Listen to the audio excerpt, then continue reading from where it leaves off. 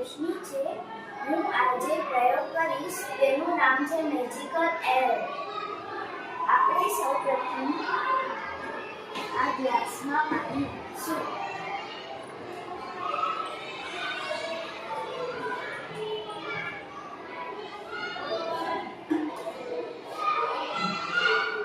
મારી પાસે આ નળમાં એક સાદો કાપડ છે.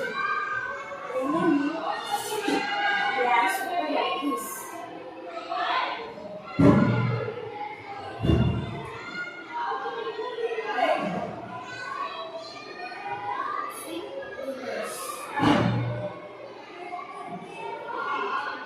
પછી તમે આ જોઈ શકો છો કે તેમાંથી પાણી પડતું નથી.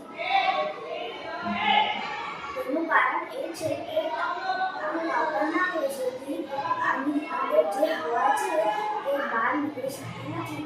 તેના કારણે પાણી તેના અંદરથી બહાર ન આવે. Thank you.